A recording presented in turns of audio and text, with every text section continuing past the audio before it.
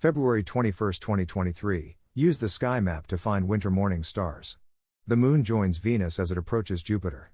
Mars marches eastward in a planetary showcase. Photo caption, 2019, January 31st, the waning crescent moon is 2 degrees from Venus this morning with Jupiter 8.5 degrees to the upper right of Venus. By Jeffrey L. Hunt. Chicago, Illinois, sunrise, 6:38 a.m. CST, sunset, 5:31 p.m. CST. Check local sources for sunrise and sunset times for your location. Times are calculated from the U.S. Naval Observatory's MICA computer program. Jupiter's Great Red Spot's transit times, when it is in the center of the planet in the southern hemisphere, 7:49 UT, 17:45 UT, February 22, 3:41 UT. Convert the time to your time zone. In the U.S., subtract 5 hours for EST, 6 hours for CST, and so on. Use a telescope to see the spot. Times are from Sky and Telescope magazine. Here is today's planet forecast. Morning sky. Chart caption, late winter mornings, the starry morning sky map for late winter, U.S. Naval Observatory. The morning sky is without a bright planet or the moon. Mercury rises only 36 minutes before sunup amid the bright light of approaching dawn. Saturn rises a few minutes before the sun. It is lost in bright sunlight for about the next month, appearing in the eastern sky before sunrise around the time of the equinox. This morning's chart is a circular map showing the entire sky an hour before sunrise. These charts can be confusing because of their orientation and their circular shapes. First, think about a terrestrial map. Where are you when you look at a map of Earth? You're in the sky looking down on Earth, with north to the top of the map and east to the right. When considering a celestial map, the sky watcher is on Earth looking up. So, the circular map is the sky above your head with the overhead point marked with a plus sign. The directions are labeled usually with the letters for the cardinal points. On the accompanying map, generated from the U.S. Naval Observatory's MICA computer program, the directions are identified with their azimuth. North is 0 degrees, east, 90 degrees, south, 180 degrees, and west, 270 degrees. In the theoretical use, hold the map above your head and rotate the circle to match your directions. Quickly, you'll see that this is uncomfortable and you'll go after that digital sky map. However, there's an easier way. Hold the map in a comfortable position and rotate it in the direction you're looking. For example, start with Antares.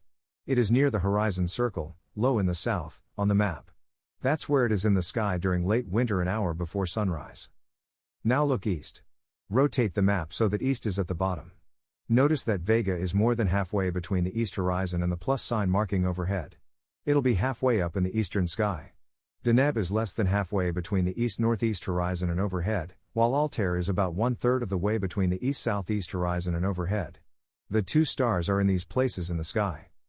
Notice that the morning sky has other bright stars, including Spica, Regulus, and Arcturus. The example to check your celestial map reading ability is to locate the Big Dipper on the chart. What direction and how high in the sky will you look to find it? Evening sky. Chart caption, 2023, February 21st, Venus, Jupiter, and the crescent moon, bunch in the west-southwest after sundown. This evening, the crescent moon, 4% illuminated, joins Venus and Jupiter in the western sky. Begin by looking in the west-southwest at 45 minutes after sundown. Brilliant Venus is nearly 20 degrees above the horizon, with Jupiter 8.2 degrees to the upper left. Chart caption, 2023, January 23rd, evening crescent moon with earthshine. The moon is 6.4 degrees to the lower left of Venus. Notice earthshine on the night portion. Sunlight reflected from Earth's features illuminates the lunar darkness. The night's 3 brightest celestial objects are within a circle that is 15 degrees in diameter. This does not occur frequently. Tomorrow the bunching is within an 8 degrees circle. Venus is quickly overtaking Jupiter, cutting the gap about 1 degree, about 2 full moon diameters, each evening. Venus slips past Jupiter on March 1st, staying within 10 degrees through March 11th. Chart caption, 2023, February 21st, Mars appears in front of Taurus, high in the south during the early evening. Farther eastward Mars marches eastward in front of Taurus. An hour after sunset when the dimmer stars are visible, Mars is high in the south, 10.2 degrees to the upper left of Aldebaran and 7.1 degrees to the lower right of Elnath, the Bull's southern horn. During the next week watch the red planet pass between Elnath and Epsilon Tauri, Epsilon Tau on the chart. The second star is part of the letter V-shaped group that outlines the bull's head.